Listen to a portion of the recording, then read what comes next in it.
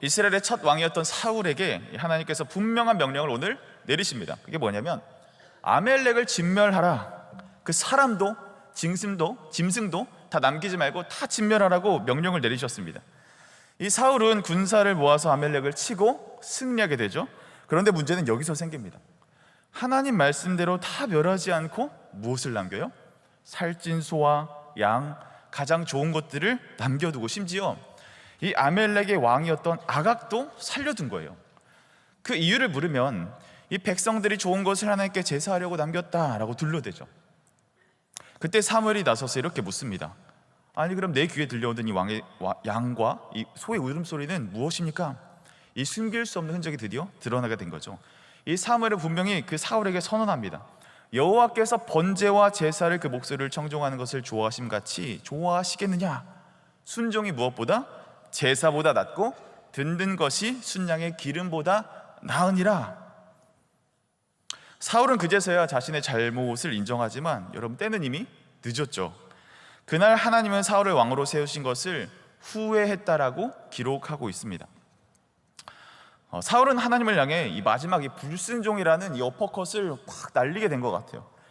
그러자 하나님은 사울의 왕권을 완전히 KO시켜 버리십니다. 여러분 이 찰나에 무슨 일이 있었던 것일까요?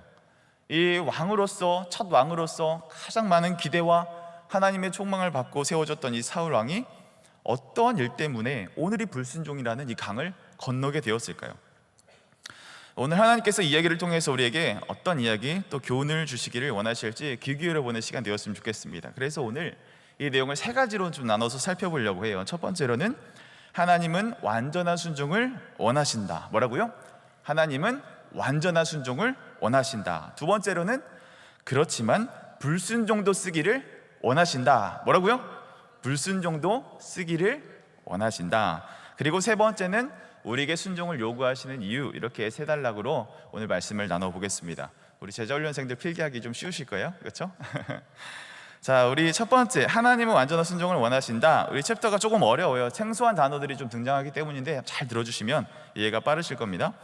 자, 오늘 사울과 맞붙는 아멜렉은 하나님께서 굉장히 엄중하게 다루고 계시는 것을 우리는 알 수 있어야 합니다. 그런데 사울은 이것을 몰랐어요. 그저 을에 행하던 여러 가지 전투와 똑같이 생각했습니다. 그런데 오늘 하나님께서 아멜렉을 다루시기를 이 완전한 진멸하라, 완전히 없애라, 이 굉장히 극단적인 명령을 내리신 것을 보게 됩니다. 여러분 이것을 이해하려면 이 헤렘이라는 말을 이해할 수 있어야 돼요. 뭐라고요? 헤렘이 뭐냐면 쉽게 원색적인 단어의 뜻은요, 완벽하게 제거하다, 완벽하게 없애다, 이런 뜻을 가지고 있거든요. 이게 왜 그러냐면 하나님의 속성 때문에 그래요. 여러분 하나님의 여러 가지 속성 중에 이 거룩하심이죠. 거룩하심. 이 거룩하심이 뭐죠? 우리 그동안 설교를 통해서 들었던 내용처럼 완전하게 구별되다, 그러니까 완전 100%의 무흠한 상태, 그것을 거룩이라고 하거든요. 그래서 하나님 앞에 서는 사람들은요, 이 거룩함이 있어야, 이 완전하게 깨끗해야 하나님 앞에 바로 설 수 있는 거예요. 그런데 이 하나님 앞에서 수많은 죄된 모습들, 부족한 모습들, 그런 모습들이 하나님의 거룩을 충족하지 못할 때 하나님은 그 사람들, 그 대상들을 그 앞에서 구약에 보시면 바로 그 앞에서 죽게 되거나 하나님의 영광에 압도돼서 완전히 깔아 뭉개져 버리는 그런 일들을 보게 되잖아요. 그래서 하나님께서는요, 이 자신의 거룩함을 유지하기 위해 이 헤렘이라는 것을 행하십니다. 그럼 여러분 그 하나님 앞에서, 그 거룩하신 하나님 앞에서 과연 누가 살아남을 수 있을까요? 그 거룩하심 앞에 살아남을 사람은 아무것도 없을 것입니다. 살아남을 만물은 아무것도 없을 거예요. 그렇잖아요, 그렇죠? 그래서 하나님께서 이 헤렘을 앞두고 반드시 우리에게 먼저 주시는 은혜가 있는데 그게 뭐냐면 기다림입니다. 기다림. 하나님께서는 그 헤렘이라는 건 완전한 제거를 하시기 그 이전에 기다림의 시기를 허락하신다는 거예요. 여러분 창세기에 보시면 이런 말씀이 있습니다. 창세기 15장 16절에 보시면 제가 한번 읽어드릴게요. 내 자손은 사대 만에 이 땅으로 돌아오리니 이는 아모리 족속의 죄악이 아직 가득 차지 아니함이니라 하시더라. 하나님이 아브라함에게 말씀하시는 내용이거든요. 아브라함이라면 굉장히 먼 시대 사람이잖아요. 그때 아브라함에게 약속을 하세요. 네 자손들이 하나님 약속의 땅에 들어가게 될 거야. 그런데 아모리 족속의 죄가 아직 가득 차지 않았어. 이게 무슨 말이냐면, 저 너네들이 가게 될 가나안 땅에도 가나안 사람들이 살고 있는데 내가 그들에게 좀 시간을 주고 싶거든. 지금 400년이라는 시간이 이미 지났는데도 저들이 전마들이 회개할 생각을 안 하네. 그런데 내가 400년이라는 시간을 더 줄 거야. 그때까지 너네는 가나안 못 들어가. 그때까지 너네 좀 기다려줘야겠어. 그래서 그 사이에 무슨 일이 일어나요? 이스라엘 백성들이 광야의 시간을 돌고 애굽의 포로 기간을 지내고, 이거는요 이스라엘 백성들이 어떤 죄를 범해서이기도 하지만 이 하나님께서 이 가나안 족속도 사랑하셔서 그들을 기다려주시는 그 일들, 그들을 진멸하기 전까지 기다려주심의 일들을 우리에게 보여주시는 거거든요. 그런데 기다렸는데 결국 가나안들이 회개했습니까? 가나안 땅이 회개하지 않았죠. 하나님을 고백하지 못했죠. 그래서 그들을 무엇으로 심판하십니까? 이스라엘 백성들을 들어 사용하셔서 그 가나안 땅을 다 진멸하시는 게 여러분 우리가 아는 구약의 어떤 말씀이죠?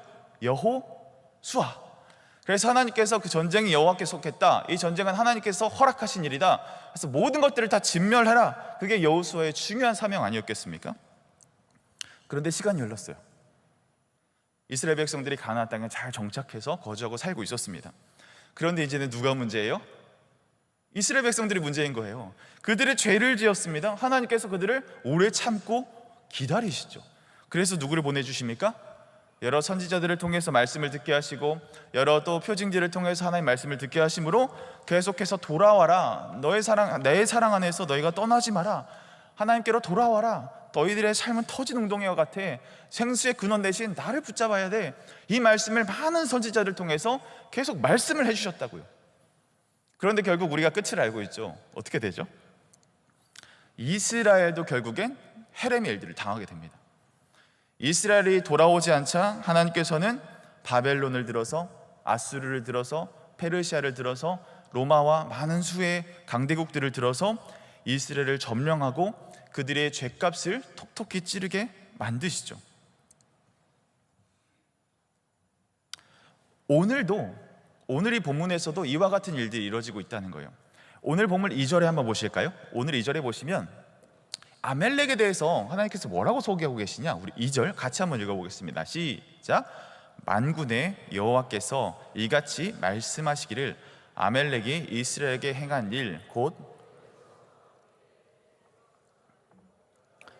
벌하노니. 네, 감사합니다. 그 애굽에서 이제 그들의 출애굽하는 시즌에 아멜렉이 어떤 일들을 했냐면요, 출애굽하는 그 무기도 없고 그 훈련도 안 된 그 이스라엘 그 후발대에 있는 사람들을 아멜렉들이 굉장히 비겁하게 공격했습니다. 그리고 굉장히 악질적인 일들을 이스라엘에게 반복해서 행하는 것을 보게 되거든요. 성경 주석가들은 이 아멜렉을 이스라엘에게 굉장히 끊이지 않는 반복되는 어떤 죄의 어떤 알고리즘, 죄의 어떤 사슬처럼 그렇게 해석을 하고 있습니다.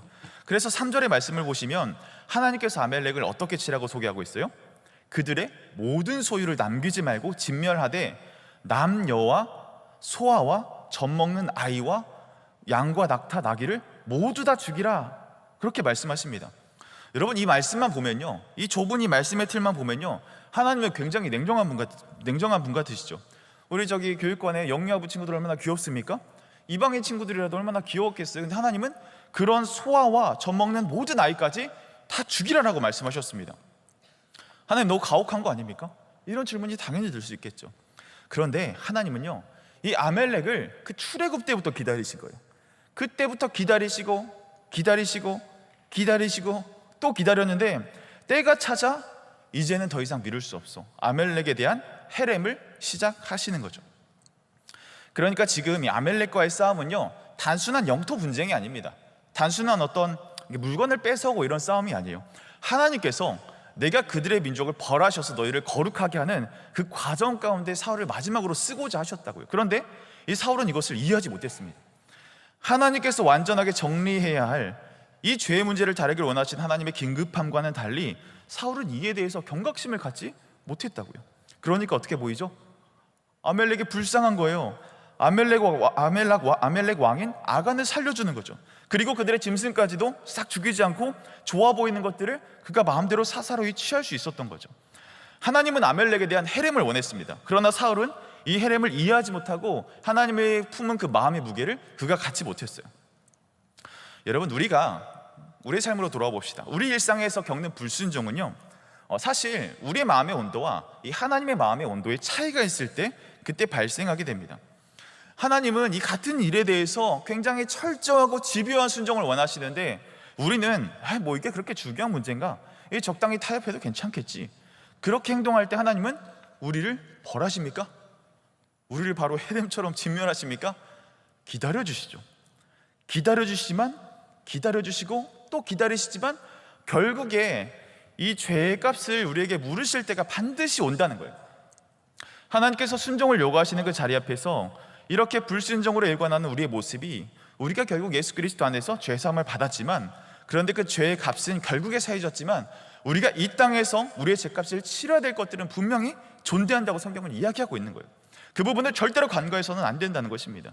우리에게도 헤렘이 충분히 일어날 수 있을 만한 일이라는 것을 우리는 반드시 기억해야 된다고요. 그런데 우리가 믿는 복음은 무엇이죠? 하나님의 오래 참으심을 거절한 우리의 불순종으로 인해 우리가 완전히 헤렘을 당해서 완전히 갈라쳐야 했어야 마땅하지만, 그 완전히 그 진노가 우리 안에 쏟아 부어져야 하지만, 그 진멸을 누가 대신 당했다? 예수님이 당하셨기 때문에 우리의 진멸을 면하게 되었다는 것이죠. 여러분, 이것이 불순종으로 가득한 우리를 설명해낼 유일한 복음일 줄 믿습니다.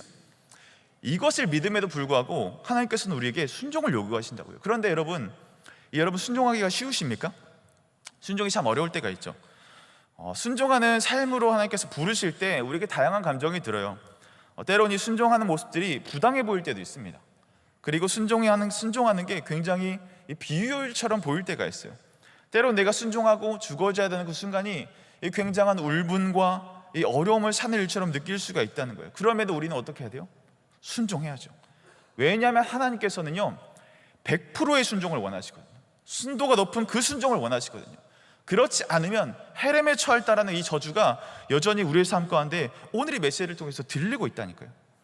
하나님의 그 다급하심, 그 하나님의 진중함을 우리가 모르게 되면 우리는 이 순종의 자리가 어려워지게 돼요. 이걸 좀 쉽게 어떻게 이해하면 좋겠냐면요, 제가 한번 예를 들어 드리겠습니다. 여러분들의 집에서 한 오후 3, 4시쯤에 정말 나른하게 낮잠을 자고 있었어요. 한참 낮잠을 자고 있는데 갑자기 창문으로 뭐가 들어오냐면 포크레인이 막 들어오는 거예요.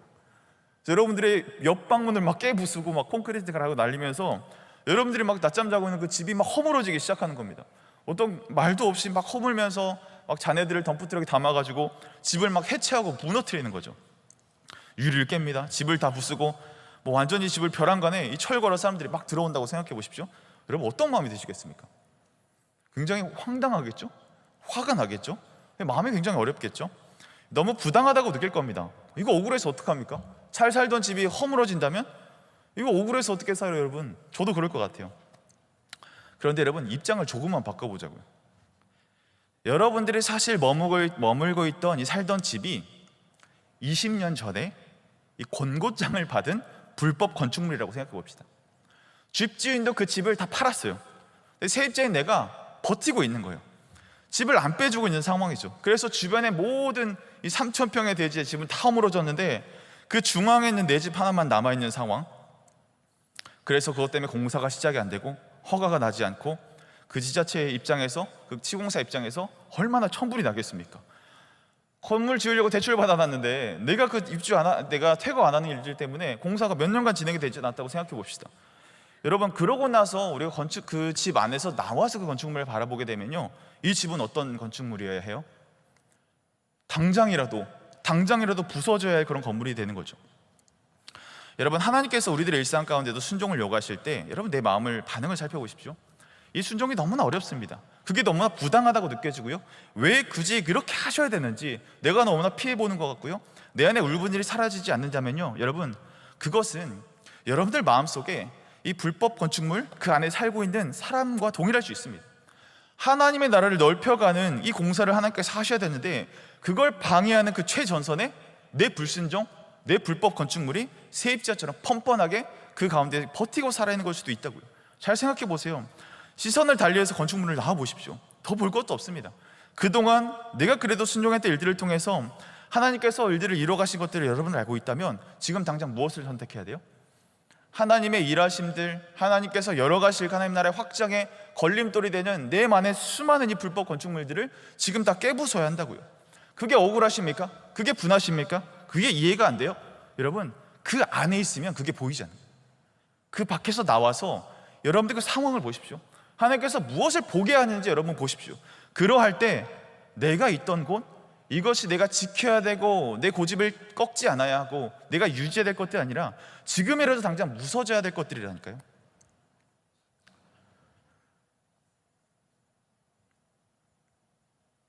하나님께서 여러분 가운데 순종을 요구하실 때 여러분들 마음을 살펴보십시오. 순종해야 되는데 마음이 어렵죠. 내 마음의 부당함이 느껴지고 굳이 해야 되는지 너무나 피해보는 것 같고 내 안에 울분이 사라지지 않는다면요, 여러분 그 불법 건축물 안에 살고 있는 사람일 수 있습니다. 그런 뻔뻔함이 우리 가운데 있다는 것을 우리가 반드시 기억해야 돼요. 그럼 내가 무엇을 해야 되는지 알겠죠, 여러분들? 내가 품었던 고집들, 내가 순종하지 않았던 그 모든 일들이 하루라도 빨리 사라져봐야 할 일이라는 것을 여러분들 깨달으시기 바랍니다. 그래서 하나님께서 우리 가운데 확실한 순종을 요구하시는데 그렇지 못하고 주저하는 분들 계시죠. 그래서 사울처럼 아간을 살려주고 적당해서 타협하여 이 짐승을 숨겨두고 이런 타협점이 보인다면 여러분은 그 불법 건축물 안에서 이 사태의 심각성을 알지 못하는 사람일 수 있다는 것입니다. 그러면 이런 모습들을 우리가 어떻게 구별해 볼 수 있을까요? 내가 그 불법 건축물 안에 살고 있는 사람인지 그렇지 않은 사람인지 구분해 보려면 우리는 어떻게 해야 될까요? 첫 번째로는 이 중심이 하나님인가 내가 주인인가를 살펴보아야 합니다. 연애를 예를 들어 볼게요. 저 사람이랑 내가 꼭 사귀어야 돼, 이런 마음이 들어오잖아요. 내 마음의 중심이 하나님이 계신가요? 아니면 그 안에 내 행복이 들어와 있는가요? 여러분, 하나님 중심이 된다면요, 그 관계 안에서 거룩과 존중과 공동체의 질서를 지키게 될 것입니다. 그런데 그게 불순종과 같은 내 중심이라면요, 이 상대방을 통해 어떤 내 욕망들이 커지거나 어떤 외로움들이 달래지길 기대하거나 어떤 스킨십, 정서적 돌봄, 이것들을 채우려다가 결국 하나님이 뒷전이 되고 마는 상황이 되고 말 것입니다. 지금 내가 원하는 건 하나님과 더 가까워지거나 아니면 나를 만족시키려는지 이것들을 구분해야 된다고요. 이 기준에 따라 하나님 나라의 확장을 막는 나인지 그렇지 않은 나인지 우리가 구분해 볼 수 있다는 것입니다.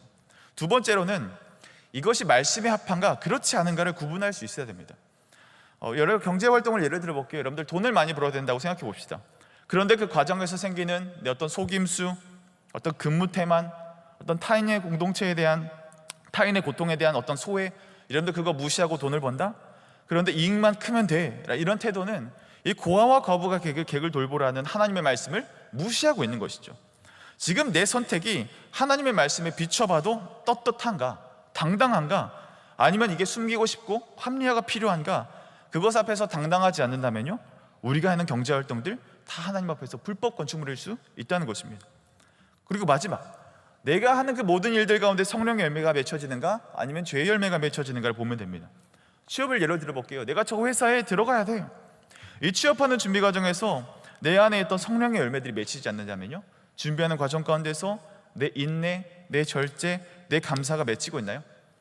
아니면 불안함과 비교와 원망과 탐욕이 늘어나고 있나요? 성령이 주시는 소망과 평안이 있다면 그 길은 하나님께서 함께 하시는 순종의 길인 줄 믿습니다. 그러나 내 요구를 따랐을 때 내 안에 평화가 자유가 넘치는가? 아니면 불안과 어둠이 깊어지는가? 이 질문 속에서 내 안에 불법 건축물이 하나님의 나라를 막고 있는지 아닌지 우리가 판별해 볼 수 있다고요. 사랑하는 여러분, 이것들이 여러분들 마음 가운데 순종을 방해하는 것들이 있습니까? 하나님 나라의 확장에 여러분들이 걸림돌 되는 부분들이 있으십니까? 여러분들 그 건축물에서 빨리 나오시기 바랍니다. 나올 때야 비로소 내가 이것들이 허물어져야 되는 거구나, 이것들이 사라져야 되는구나, 그거 볼 수 있다고요. 여러분, 사울도 순종을 했습니다. 그런데 불완전했어요. 오늘 말씀 상세히 보시면 아멜렉 중에 하찮고 가치 없는 것들만 죽였다라는 말씀이 있습니다. 그런데 하나님은 완벽한 순종을 원하시는 거예요. 100%의 완벽한 순종, 오래도록 기다리시는 은혜가 있었기 때문에 그 가운데 하나님의 100% 순종을 요구할 수 있는 분이신 거죠. 바라옵기는 여러분 안에 순종을 막는 어떤 여러 가지 불법 건축물들이 있으십니까? 어떤 영적인 걸림돌들이 있으십니까? 그것들이 발견되어지기를 축복합니다. 그리하여 해서 온전한 순종으로 우리 인생들이 예배로 드려지는 그런 복된 인생 되시기를 소망합니다. 그래서 하나님 나라의 일들을 막는 자가 아니라 함께 그 일들을 확장하고 열어갈 수 있는 여러분들이 되시기를 소망합니다. 그것이 깨달아지고 그것이 고백되어지고 그것이 발견되어질 때 우리 안에 많은 거치는 것들이 넘어지고 정리되게 될 줄 믿습니다. 두 번째로 살펴볼 것은요, 그런 우리의 이 100%의 순종을 요구하시지만 그렇지 못할 때 있잖아요, 그렇죠? 그렇지 못할 때 하나님은 그 불순종도 들어서 사용하여 주신다는 것입니다. 우리가 이 말을 하는 데 있어서 전제로 가져가야 될 게 있어요. 그게 뭐냐면 하나님은 절대로 훼손되지 않으신다. 뭐라고요? 하나님은 절대로 긁히지 않습니다. 하나님은 절대로 상처받지 않으시고요, 하나님은 어떤 것으로도 우리가 어떤 하나님의 어떠함에 우리가 영향을 줄 수 없어요. 이 전제를 깔고 오늘 이 불순종을 바라봐야 한다는 거예요. 여러분, 우리가 죄인된 모습으로 살아가면서 이 죄와 불순종으로 하나님의 마음을 심렵게 해드릴 때가 있잖아요, 그렇죠? 그럴 때마다 성경은 뭐라고 고백하고 있나요? 오늘 본문에도 나오지만 하나님이 후회하셨다, 하나님이 걱정하셨다, 하나님의 마음이 아프셨다, 이런 표현들 여러분들 보신 적 있으시죠? 근데 여러분, 진짜 하나님이 후회하고 진짜 하나님이 걱정이 되고 하나님 마음이 아프신 걸까요? 여러분, 이거는 성경의 표현입니다. 이거 조금 어려운 말로 신인동형론적 표현이라고 해요. 그러니까 신을 우리가 이해할 수 없기 때문에, 하나님을 다 이해할 수 없기 때문에 마치 사람의 모습으로 빗대어서 그분의 어떤 감정을 통해 그분의 마음을 엿보려고 하는 이 성경 기술자들의 이 표현 방식이라고요. 그러니까 하나님은 마치 인간의 감정을 표현하는 것처럼 이해를 돕기 위해 이런 표현들을 사용하지만, 우리 진짜 하나님은요, 전지전능하시고 모든 것 위에 뛰어나신 그분은 우리의 어떠함 때문에 절대로 상처받거나 이 아픔을 어려움을 받지 않으시고 후회하지 않으시고 원망하지 않으신다는 겁니다. 여러분, 우리가 먼저 이것을 기억해야 된다는 거예요. 그러고 보면요, 하나님은 우리의 불순종 때문에 그분의 일하심에 어떠한 사역이 전혀 개의치 않으십니다. 우리의 불순종 때문에 하나님은 절대 영향을 받지 않으신다는 거예요. 그래서 무엇을 하시는가? 우리가 우리의 불순종으로 생기는 부정적이고 악한 것들까지도 그것에 상처 입지 않으시고 그것까지도 들어 사용하셔서 하나님은 자신의 일을 이뤄가는 이 도구로 사용할 수 있는 분이라는 거예요. 자, 오늘 말씀 보십시오. 사울이 왜 불순종했는지 살펴보겠습니다. 우리 23절 말씀 보시겠습니다. 23절 같이 한번 읽어볼까요? 시작. 이는 거역하는 것은 점치는 죄와 같고 완고한 것은 사신 우상에게 절하는 죄와 같음이라. 왕이 여호와의 말씀을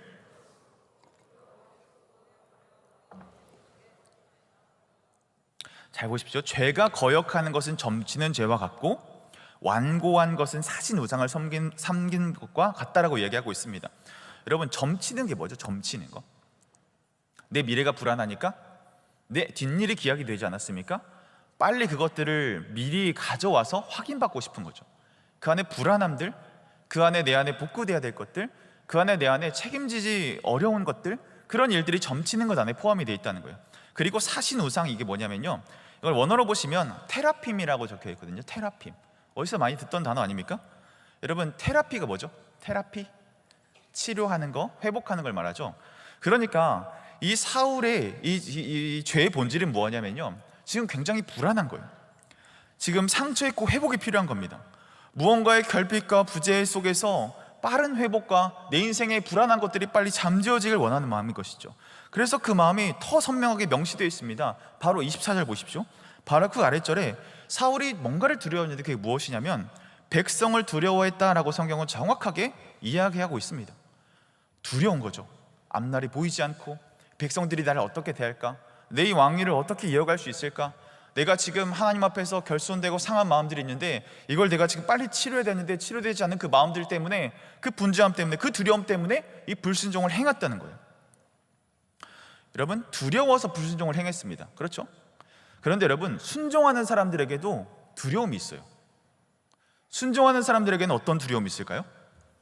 순종하는 사람은 하나님을 두려워합니다. 여러분, 두려움이란 감정 여러분들 유쾌하세요? 싫죠? 저도 싫습니다. 두려움이란 감정은요, 굉장히 부정적인 감정에 속하는 이 감정이에요. 그런데 하나님은요, 불순종하는 사람도 두려워서 불순종하게 하시고요, 하나님께 순종하는 사람도 하나님을 경외하고 두려워해서 순종하게 하신다는 거예요. 그러니까 두려움의 문제가 아니라는 거죠. 무엇을 두려워하는가가 우리의 삶의 중요한 이정표이자 중요한 그 질문 앞에 우리가 서야 된다는 것이죠.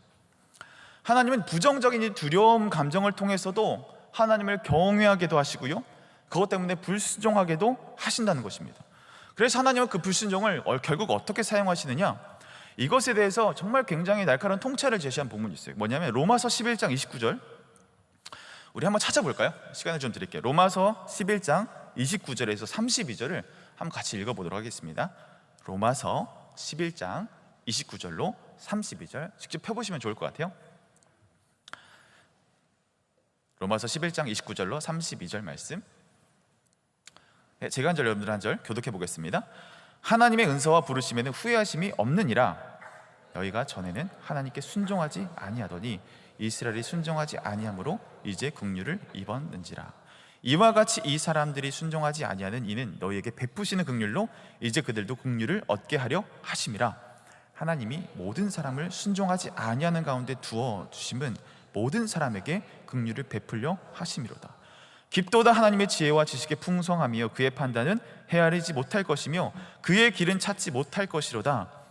누가 주의 마음을 알겠느냐? 누가 그의 모사가 되었느냐? 누가 주께 먼저 드려서 갚으심을 받겠느냐? 함께 읽습니다. 이는 만물이 주에게서 나고 주로 말미암고 주에게로 돌아감이라. 그에게 영광이 세세에 있을지어다. 아멘. 자, 보십시오. 29절에 하나님은 후회하심이 없다라고 얘기합니다. 근데 뭘 후회하심이 없냐? 다음 문맥을 보십시오. 뭘 선택해도, 우리가 뭘 선택하더라도 하나님의 선하심에는 아무런 지장을 받을 수 없다는 거예요. 그래서 우리가 인간을 지으셨죠. 선하신 뜻에 의해서 지으셨는데 우리가 무엇을 해요? 죄를 짓죠. 그러고 무엇을 행합니까? 하나님을 정면으로 대항하는 이 불순종의 앞잡이로 우리가 살아가지 않겠습니까? 그런데도 하나님은 29절에 후회하심이 없대요. 근데 왜 그러냐면 30, 31, 32를 통으로 한번 보십시오. 순종하지 아니하더니 순종하지 아니함으로 이제 긍휼을 입었다. 이 말을 3번이나 반복합니다.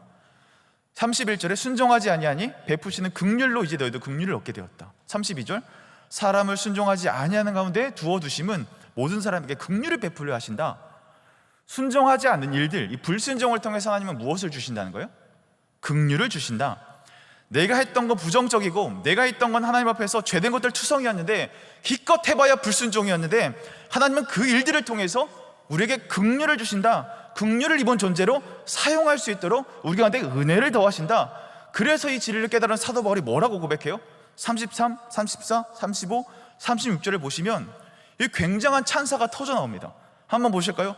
깊도다 하나님의 지혜의 풍성하며 그의 판단은 헤아리지 못할 것이며 그의 길은 찾지도 못할 것이라. 누가 주의 마음을 알겠느냐? 누가 그의 모사가 되겠느냐? 누가 주께 먼저 드려서 갚으심을 받겠느냐? 이는 만물이 다 주께서 나오고 주로 말미암아 주께로 돌아간다.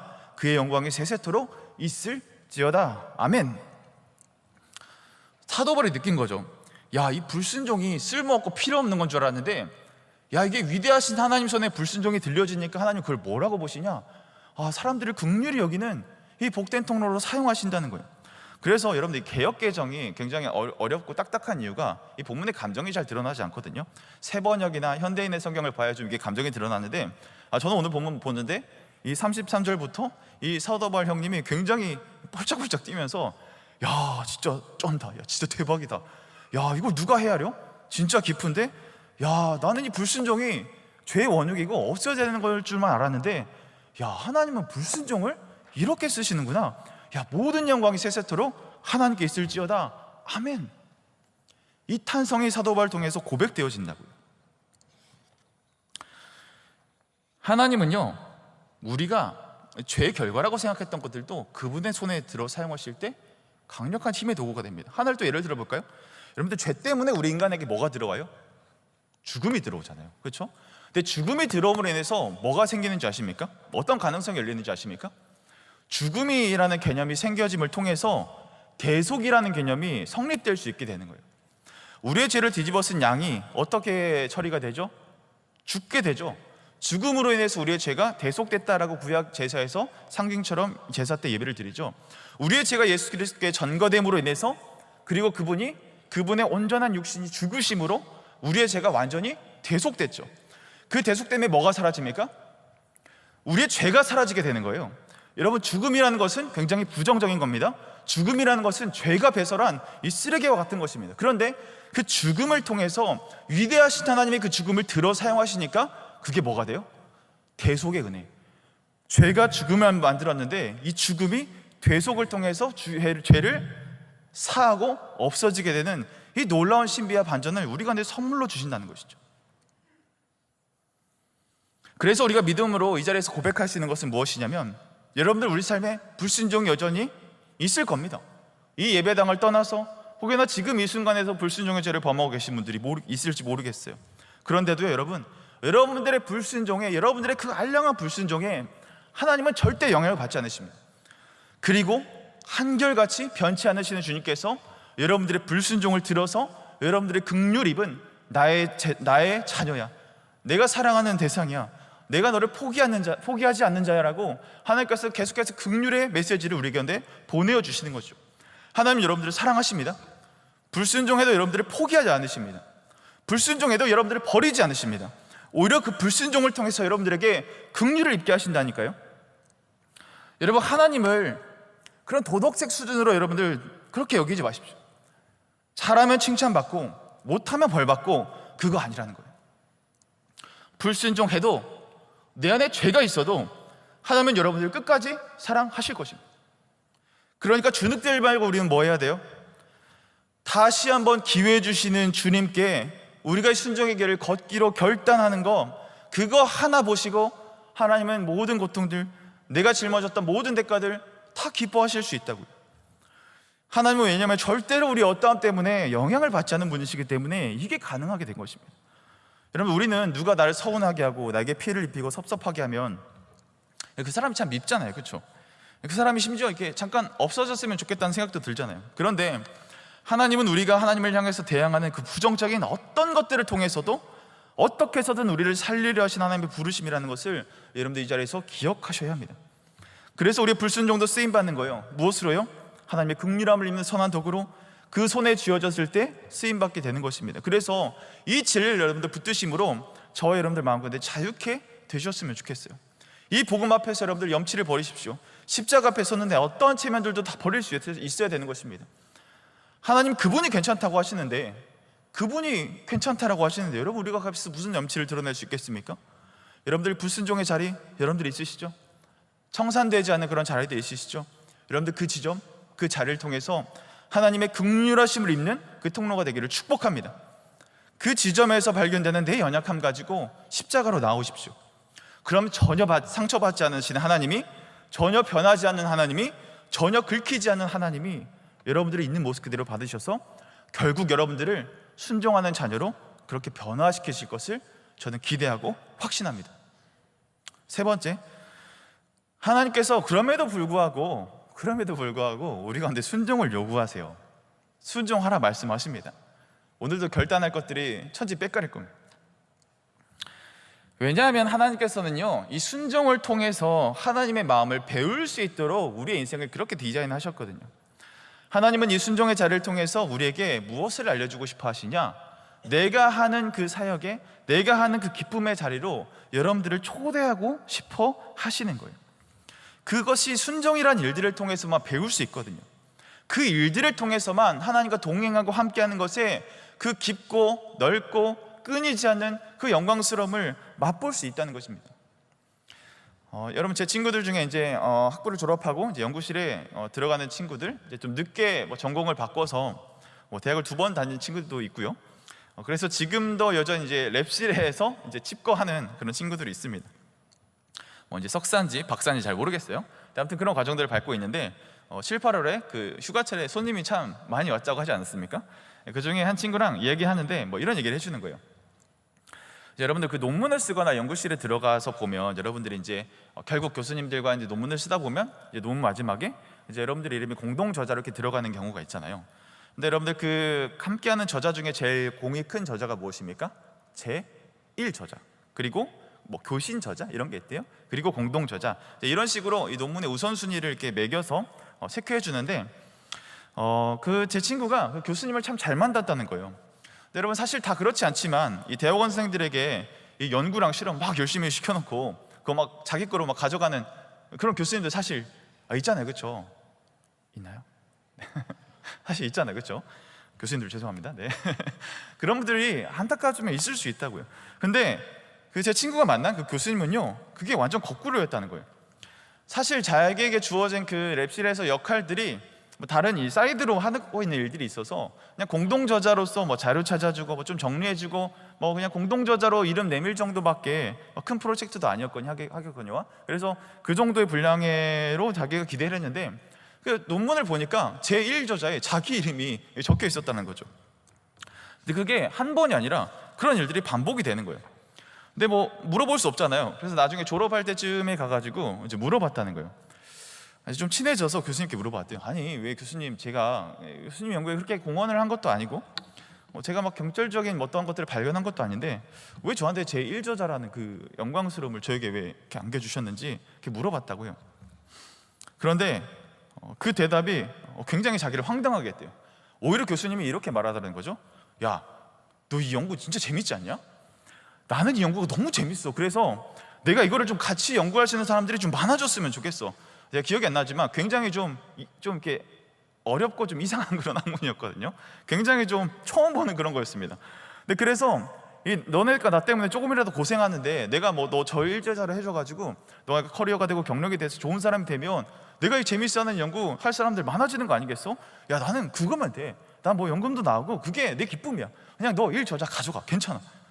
이 교수님은 공동저자 정도 일을 하고 있던 제 친구에게 사실 일도 다 주셨습니다. 사실 그렇게 한 게 많이 없음에도 불구하고 그 친구는 그 일들에 대해서 순종하고 나아갔을 텐데 그 교수님은 이 일들에 대해서 재미와 기쁨을 제 친구에게 정말 소개하고 설득해주고 이 과의 어떤 입지를 늘리기 위해서 이 제1저자로 그냥 영어롭게 불러주신 거죠.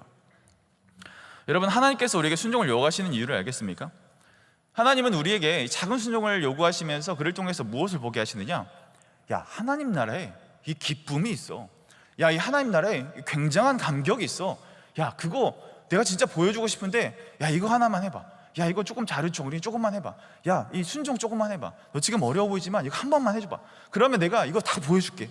그 하나님의 교수님과 같았던 이 좋은 것들을 소개하고 싶은 그 마음들, 여러분들 무슨 마음인지 아시겠습니까? 그런데 여러분들, 우리의 삶 가운데 순종에 빠지게 되면 어떻게 될까요? 우리 가운데 삶에 순종에 빠지게 되면 우리의 삶에는 그 다이나믹한 하나님 나라의 역사와 하나님 나라의 그 기쁨들과 상관없어지는 사람이 되는 거예요. 내가 교수님과 아무리 랩실에서 먹고 자고 24시간을 함께한다 할지라도 내가 공동저자로서의 어떤 일도 하지 않고서 그냥 거기서 먹고 저거만 있었다면 이 제1저자가 될 수 있는 영광을 얻을 수 있었을까요? 여러분, 하나님께서는요 우리에게 순종을 요구하십니다.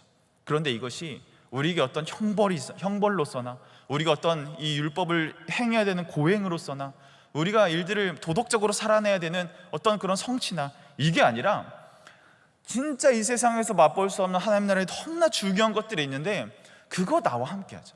근데 내가 알려주시는 방법이 이거밖에 없어. 이 일들 통해서 너의 자아가 무너지고 하나님께서 세워가시는 그 일들을 보게 될 때 그 가운데 진짜 기쁨이 있다고, 이거를 봐야 된다고 주님 그것을 우리에게 소개하고자 하시는 거죠. 바라옵기는 하나님께서 순종을 요구하실 때 하나님께서 주시는 그 마음, 그 기쁨의 이면이 무엇인지 그것들을 먼저 바라볼 수 있는 저와 여러분 되시기를 주님의 이름으로 축복합니다. 그래서 그 일들에 함께 동참함이 기쁨이 되시는 저와 여러분들 다 되시기를 주님의 이름으로 축원합니다. 그렇다면 이 순종을 요구하실 때 하나님께서 우리에게 주는 유익이 무엇일까요? 오늘 이야기로 설교를 좀 마무리하려고 하는데요, 하나님은 순종하는 사람의 일들을 통해서 그를 더 강하게 하시고 더 담대하게 하시며 그의 삶이 쓰러지지 않도록 하나님께서 지탱하시는 강인한 힘을 허락하신다는 것입니다. 여러분, 제 인생을 던져서 이 순종에 대해서 정말 이 정통으로 보여주신 제 멘토가 있거든요.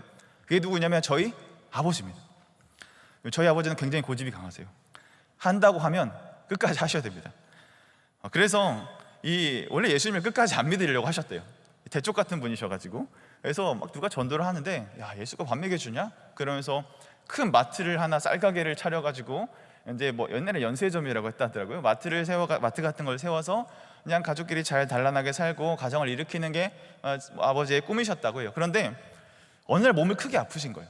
그래서 이제 죽음의 사선까지 가셨다가 거기서 어릴 때 들었던 그 찬송가가 떠올라서 이제 교회에 가서 기도하고 여러 과정들을 통해서 결국 하나님께서 그 질병을 드라마틱하게 하시진 않으셨지만 결국 질병을 잘 극복하게 하시고 낫게 하셨습니다.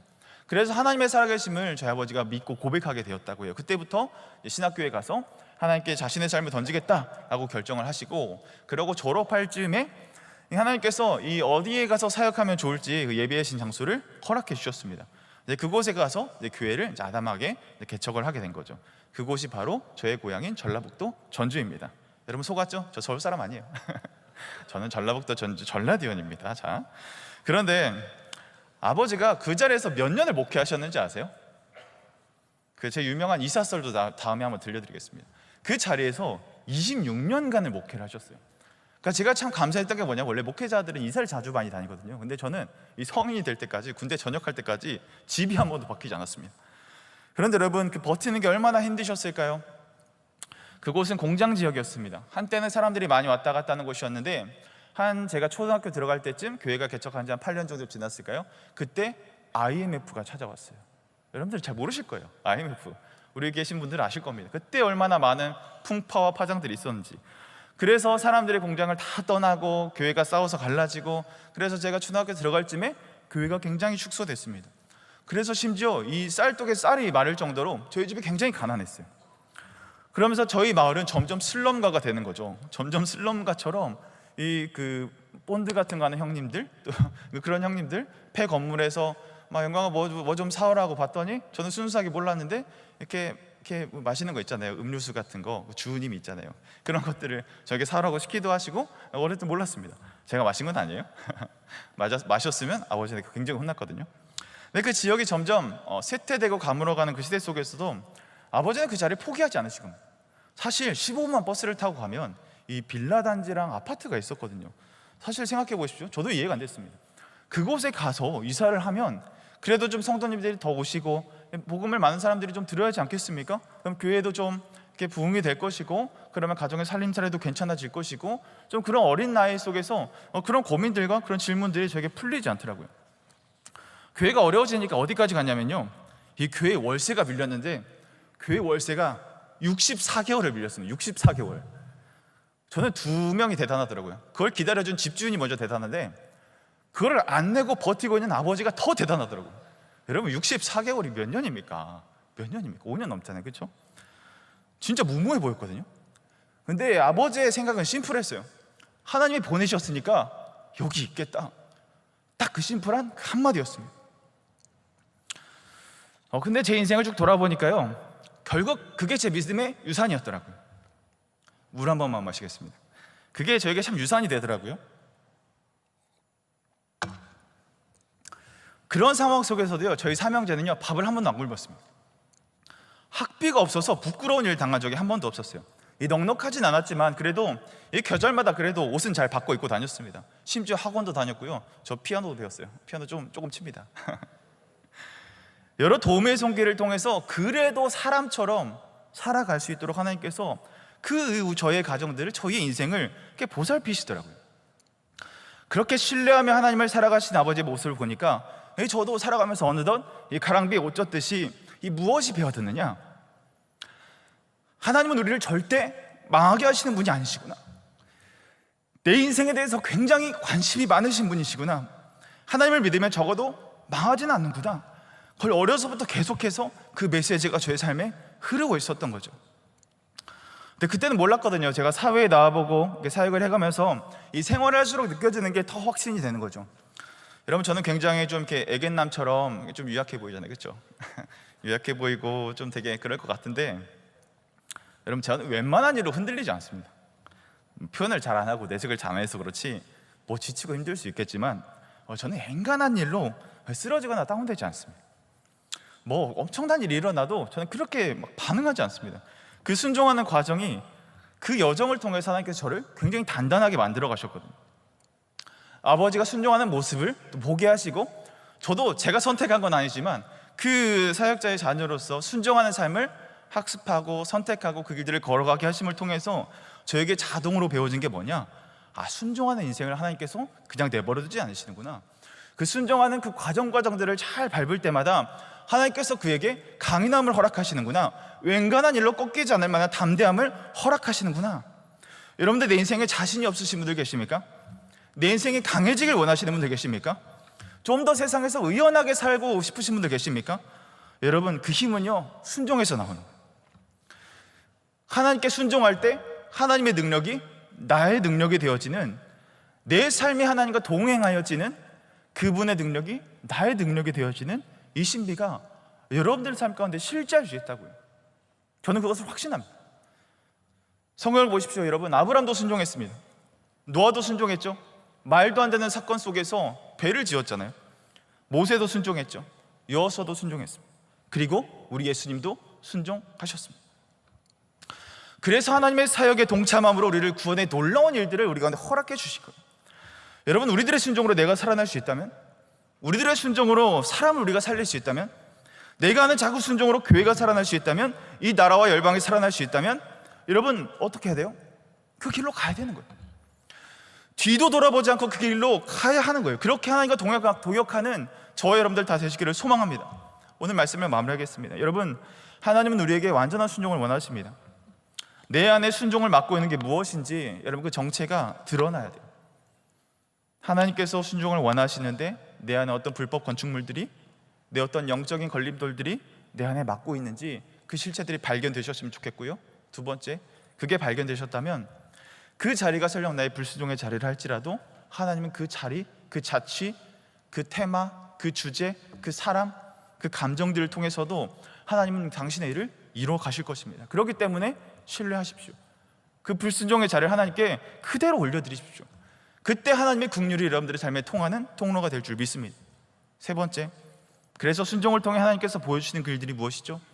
순종을 통해 나와 상관 있는 자로, 순종을 통해 나와 동행하는 자로 하나님의 능력이 그 순종을 통해서 부어지는 것, 그분의 하나님 나라의 원대한 기쁨과 소망이 우리 삶 가운데 부어지는 것들을 함께 보고 싶어 하시는 그 주님의 러브레터가, 주님의 속삭이시는 소리가 여러분들이 믿음으로 붙잡게 되는 이 시간 되기를 주님의 이름으로 축복합니다.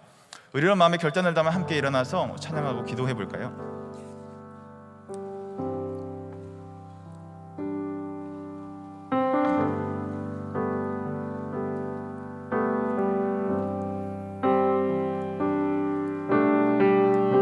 찬양하겠습니다. 나의 삶, 나의 삶, 나의 모든 것 오직 주님께 다 드리오니 내게 생명 주신 예수님 따라 그 길만 따라갑니다.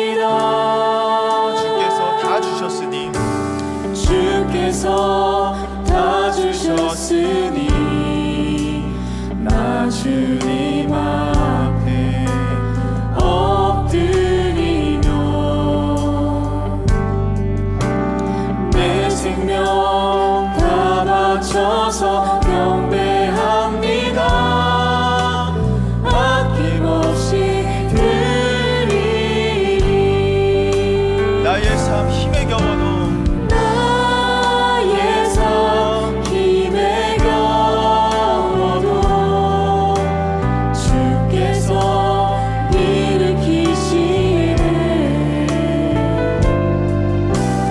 나를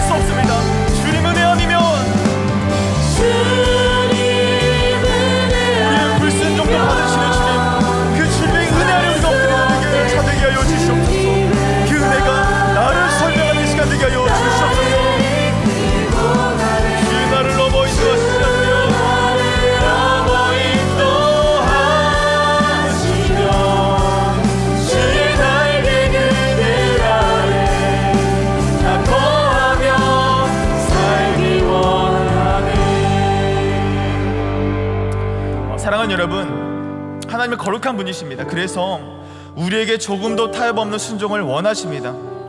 여러분들, 지금 내 안에 있는 영적인 불법 건축물들, 여러분들 무엇입니까? 여러분, 그거 이 시간 다 허물어져야 될 때인 줄 믿습니다. 우리 안에 여전히 남겨둔 악악이 있습니까? 말씀 앞에서 핑계와 합리화로 덮어둔 우리 기름진 소와 양떼가 있습니까? 내 성공과 부 있습니까? 내 탐욕과 내 욕망들 있습니까? 혹은 겉으로 순종하는 것처럼 보이지만 속으로 이 정도면 괜찮겠지, 약한 것만 그렇게 처단했던 사울과 같은 이 얄팍한 타협이 있으십니까? 여러분들, 오늘 이 자리에서 우리의 숨겨진 마음들이 발견되어야 될 줄 믿습니다. 아멘. 하나님 말씀 앞에 서기를 멈추지 말아야 될 줄 믿습니다. 아멘. 숨겨진 내 죄, 내 고집, 타협들 완전히 철거하고 하나님 앞에 100%의 순종으로 서야 될 줄 믿습니다. 아멘. 우리 함께 기도하십시다. 이 시간 은혜를 구하며 기도하십시다. 사랑하는 주님, 내 안에 불순종의 잔재들이 다 깨어지게 하여 주시옵소서. 아멘. 내 안에 내가 절정에 무너지게 하여 주시옵소서. 아멘. 주님이 원하시는 그 자리에 더 이상 머무르지 않고 담대하게 순종하게 하여 주시옵소서. 아멘. 순종이 세워지는 그 자리에서 살아계신 주님 만나게 하여 주시옵소서. 아멘. 우리 주여 한번 부르시고 기도하겠습니다. 주여, 하나님, 우리 인생 가운데 조금 더 타협 없게 하여 주십시오. 우리의 인생 가운데 조금 더 타협 없게 하여 주십시오. 조금 더 미끄러진 인생 되지 않도록 도와주십시오. 하나님의 거룩하심을 우리가 갖기를 소망합니다. 주님, 늘 거룩하라 말씀하셨는데 내가 거룩하니 너희도 거룩하라 말씀하셨는데, 주님, 내 안에 수많은 이 불법 건축물들, 내 안에 수많은 걸려 넘어지게 하는 일들, 내 안에 수많이 넘어지게 하는 것을 통해서 우리의 방향을 쫓지 못하고 우리가 타협점을 찾으며 살아갔던 내 연약함들을 주님 용서하여 주십시오. 여전히 내 안에 기름진 것들이 있습니다. 여전히 내 가운데 살찐 것들이 있습니다. 여전히 내 가운데 미워있지 않은 것들이 있습니다. 여전히 내 가운데 타협하고, 여전히 내 가운데 진리를 추구하고, 여전히 내 가운데 순종 없이 하나님 내 도력, 내 뜻, 내 바람 주었던 것들이 있습니다. 주님, 이런 것들 주님 앞에 타협이 없게 하여 주십시오. 주님 앞에 완전하게 구별되게 하여 주십시오. 완전한 고집과 숨겨둔 죄와 내 아집과 내 자아가 그 십자가 앞에 무너지는 것을 보게 하여 주십시오. 주님, 그대로 이렇게 선물을 주시길 소망합니다. 주여, 우리가 될 수 없기에, 우리가 이들을 이뤄갈 수 없기에 하나님 허락하신 그 은혜의 자리를 쫓아, 우리가 내 부어주시는 그 은혜의 긍정을 쫓아 우리가 주님 걸어가셨던 완전한 그 순종의 모습을 살아가기를 소망합니다. 우리의 시각이, 우리의 맡겨진 순종의 자리가 그리스도의 장소가 분량에 충만함을 가지를 수 있도록 주님, 온전한 순종을 기뻐하시는 주님께 우리가 온전한 것들을 드리게 하여 주십시오. 아니, 온전하지 않더라도 내 삶에 최선을 드리게 하여 주십시오. 내가 최고가 아니더라도 내 삶의 최선을 주님께 쏟아붓는 그런 모든 염의 시대 있습니다. 주님 함께 하여 주십시오. 그 지점으로부터 우리의 인생이 살아나게 될 줄 믿습니다. 내 안에 부르는 불순종의 잔재들이 내 안에 하나님을 타협하고 하나님을 반복했던 것들이 다 불경 없어질 시간을 가져주옵소서. 오 성령 하나님, 오 성령 하나님, 소멸하시는 불로 우리들의 불순종을 태워주시옵소서. 성령 하나님, 우리의 소멸하시는 불로 우리들의 타협을 태워주시옵소서. 내 기름진 것, 내 원망들, 내 욕망들, 내 성공, 내 쾌락들 다 주님의 성소 앞에 불태워 없어지는 우리 모든 예배 시대 수 있도록 주님 함께 하여 주시옵소서.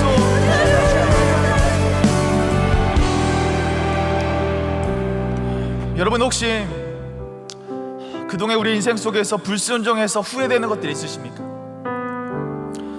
또 하지 않아야 됐는데 그 죄의 유혹이 너무나 달콤해서 매번 반복적으로 불순종하고 있는 우리들의 연약한 모습들이 있습니까?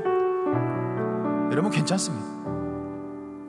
하나님은 우리의 불순종 때문에 영향받으시는 분이 아니십니다. 오히려 하나님은 그 자리마다 우리에게 긍휼이 임하는 통로로 사용하시고자 하시는 분이 바로 우리 하나님이신 줄 믿습니다. 아멘. 여러분, 사울처럼 사람 눈치 보다가 내 미래가 두려워서 말씀보다 현실 붙잡다가 육체적인, 내 정서적인 여러 음란의 문제에 빠져 있다가 불순종한 적이 우리에게도 있죠. 그때마다 우리의 마음에 죄책감이 남아 우리의 마음을 짓누를 때가 있습니다. 그러나 주님은 그 불순종 속에서도 우리를 절대로 포기하지 않으시는 분입니다. 우리의 부정적인 것들이 쏟아지는 것들이 우리의 삶이랄지라도 하나님의 그거라도 들어서 구원을 이뤄가시는 분이 우리의 주님이심을 믿습니다. 아멘. 이 길가에 쏟아지는 돌들로도 들어서라도 하나님을 찬양하게 하시는 것처럼 우리들의 무용한 것들, 우리들의 부패한 것들, 우리들의 썩은 것들이라도 들어서 하나님 우리를 긍휼의 자리로, 우리를 은혜의 자리로 인도하시고 세우시는 이가 십자가의 권세인 줄 믿습니다. 그 주님의 은혜를 긍휼하도록 이 시간 간구하며 나가십시다. 여러분, 이것만이 살 길입니다. 이것만이 살 길이라는 것을 아는 사람은 이 자리에서 간절하게 붙을 수밖에 없는 거예요. 여러분, 십자가를 붙으십시오. 여러분, 긍휼 아래로 피하십시오. 그 발 아래로 엎드리십시오. 그때야 비로소 살게 되는 줄 믿습니다. 여러분, 함께 기도하십시다. 사랑하는 주님, 하나님만 두려워하는 경외자로 살아가게 하여 주시옵소서. 내 실패와 불순종의 흔적이 오히려 주님의 은혜와 긍휼이 드러내는 복된 통로가 되게 하여 주십시오. 주눅들지 않고 짤망하지 않고 죄책감에 짓이겨 지지 않고 다시금 순종으로 도약할 수 있는 내가 되게 하여 주시옵소서라고 우리 주 한번 부르시며 함께 기도하겠습니다.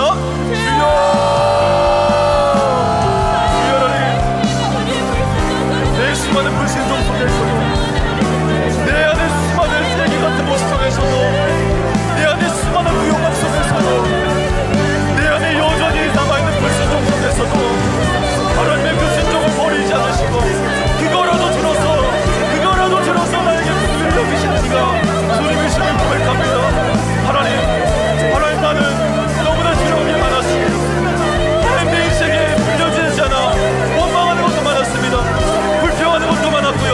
내 삶에 온갖 부정적인 것들이 내 삶에 사고 넘치는 것이 주님 내 인생이었습니다. 그러나 하나님은 나의 모든 부정적인 것들을 들어서라도 하나님의 긍휼의 통로를 삼으시고 그를 통해 구원의 일들을 이뤄가시는 이가 주님이심을 고백하며 나갑니다. 주님, 그 은혜가 나를 점리는 은혜가 나를 세우시는 그 주님의 은혜가 나에게 있음을 믿습니다. 은혜가 나의 것임을 믿습니다. 주님, 은혜의 긍휼 아래, 주님 은혜의 저절 아래 우리가 돕지 않게 하여 주십시오. 나를 죄책감 들게 하고 나를 무너뜨리게 만들고 나를 쓰러지게 하는 것들 속에서 하나님의 은혜가 숨겨있다는 것을 이 시간 발견하게 하여 주십시오. 나의 긍휼함을 기뻐 사용하길 원하시는 주님, 나의 불순종 또한 들어서 사용하길 원하시는 주님, 그분께 우리의 모든 것들이 쏟아내려지는 주님을 소망합니다. 그리할 때 그 시점부터 그 상태부터 내 상황이 풀려지게 될 줄 믿사오니 주님 우리의 무용한 것들을 들어서 주님의 일을 이루어주십시오. 나의 연약한 일을 들어서 하나님의 구원의 일들을 이루어주십시오. 나의 모자랄것없는 일들을 통하여 하나님의 구원을 이루어주시옵소서.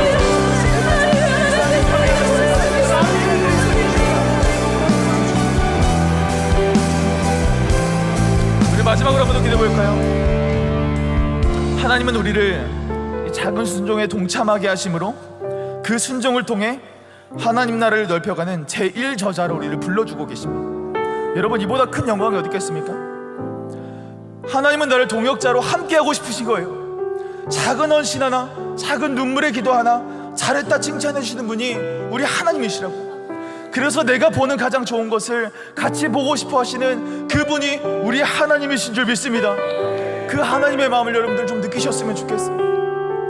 그러나 우리가 이 순종을 놓치면요, 그 역사의 현장에서 제외되는 자가 되는 것입니다. 그 찬란한 영광스러움에서 벗어나는 자가 되는 것입니다. 그렇게 하나님과 상관없는 지옥을 살아가게 되는 것이죠. 그래서 우리는 순종을 통해 하나님의 마음을 배우고 그 기쁨에 참여하게 되는 그런 자가 되어야 될 줄 믿습니다. 우리 마지막으로 이렇게 기도해 볼까요? 사랑하는 주님, 내 작은 순종에도 기쁨으로 응답하시며 그 응답하심에 우리가 기쁨으로 동참하는 내가 되게 하여 주시옵소서. 나를 동역자라 불러주시는 주님의 기쁨과 감격을 날마다 누리게 하여 주시옵소서. 내 삶이 주님의 영광을 드러내는 순종의 담대한 실천이 되게 하여 주시옵소서. 순종을 통해 하나님의 마음을 알게 하여 주시옵소서. 우리 주여 한번 부르시고 마지막으로 함께 기도하겠습니다. 주여,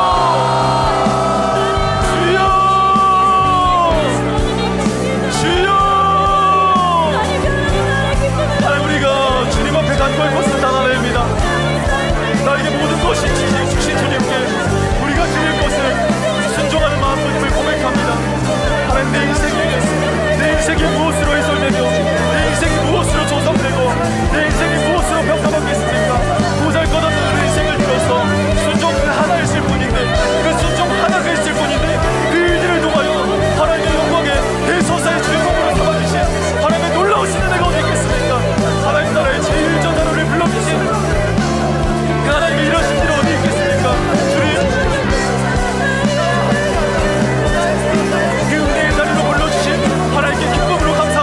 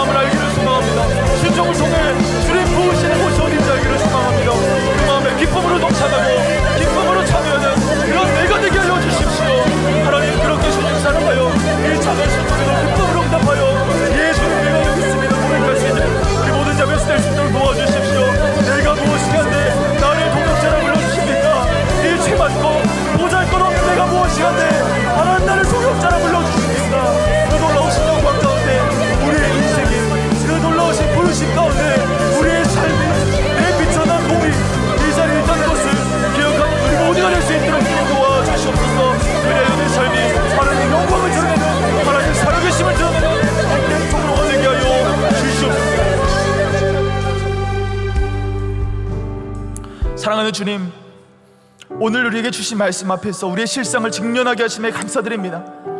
주님, 우리는 겉으로 순종하는 것 같았지만 정말 내면 깊숙이 숨겨둔 악악과 수많은 기름진 것들, 수많은 양떼들이 내 마음 저면 깊은 곳에 있었습니다.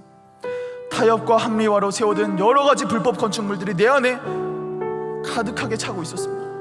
이제 그 모든 것을 허물고 주님 앞에 온전한 순종으로 주님 앞에 서기를 결단합니다. 그럼에도 이 결단이 무색하게 우리들이 불순종의 자리로 다시 빠진다 할지라도 우리의 불순종의 잔재까지 드러내시고 무너뜨리사 오직 주님만 철저히 순종하는 우리가 되게 하여 주시옵소서. 주님 원하시는 자리에 머뭇거리지 않고 담대하게 서게 하여 주십시오. 내 순종에 세워지는 그 자리에 살아계신 주님 만나게 하여 주시옵소서. 주님, 우리의 이미 불순종했던 우리들의 흔적을 주님께 고스란히 올려드립니다. 사람의 눈치를 보고 현실을 붙잡고 죄에 무너졌던 흔적들이 우리를 여전히 괴롭히고 너 성소 앞으로 나아갈 수 없어, 하나님께 간구할 수 없어, 수많은 죄책감의 코드로 우리를 억누르고 사로잡지만 그 자리마다 하나님은 긍휼의 자리로 바꾸시는 분임을 믿습니다. 다시 십자가 앞에 달려가게 하여 주시옵소서. 그 바라에 무너져 긍휼로 회복된 은혜를 허락하여 주시옵소서. 하나님은 경외하는 자로 세워주시고 실패하는 적이 오히려 은혜와 간증의 보고가 되게 하여 주시옵소서. 주눅들지 않고 다시 일어나 순종의 길을 걷게 하여 주시옵소서. 십자가의 은혜로 다시금 살아날 탐욕을 허락하여 주시옵소서. 지금 우리가 무엇이가 내 통역자라 불러주셨습니까? 우리의 작은 순종도 다 기억하시고 하나님 나라의 역사에 동참하게 하시는 그 영광스러움의 기회를 허락하시니 감사드립니다. 감사드립니다. 작은 어지내도 잘했다 말씀하시는 이 주님의 마음 알게 하여 주시옵소서.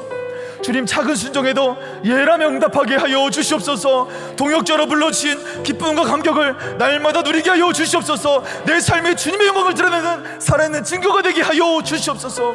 그래서 하나님이 빚어지는 단단한 나, 순종함을 살았더니 내가 사람을 살리고 있었다. 그 순종하는 길을 걸었더니 나를 통해 교회와 공동체와 나라가 세워지고 있었다 고백하는 단단하고 강인한 우리의 삶, 우리의 미래가 펼쳐질 수 있도록 주님 함께하여 주시옵소서. 이 모든 것들을 넉넉히 이루실 주님을 찬양합니다. 우리의 수많은 부정적인 것들, 내 삶의 배설물이라 생각했던 것들도 다 들어서 사용하시는 주님의 권능이라면 우리의 어떠함의 상태와 내 컨디션에 상관없이 우리를 이끄시고 구원의 길로 온전히 인도하실 주님을 강력히 신뢰합니다. 그 인도함 아래 우리를 성수의 길로 인도하실 때 기쁨으로 순종하신 우리 모두 될 수 있도록 주님 함께하여 주시옵소서. 그렇게 우리를 이끄실 주님을 간절히 기대하고 소망하며 살아계신 예수 이름 받들어 기도드립니다. 아멘. 지금은 우리 주 예수 그리스도의 은혜와 하나님의 사랑하심과 즐거움으로 순종하게 하시는 성령님의 감화감동 역사 교통하심이 순종을 통해 하나님의 능력을 맛보아 알게 될 야베스 공동체와 온 성도들 위해 이제로부터 영원토록 함께할지어다. 아멘.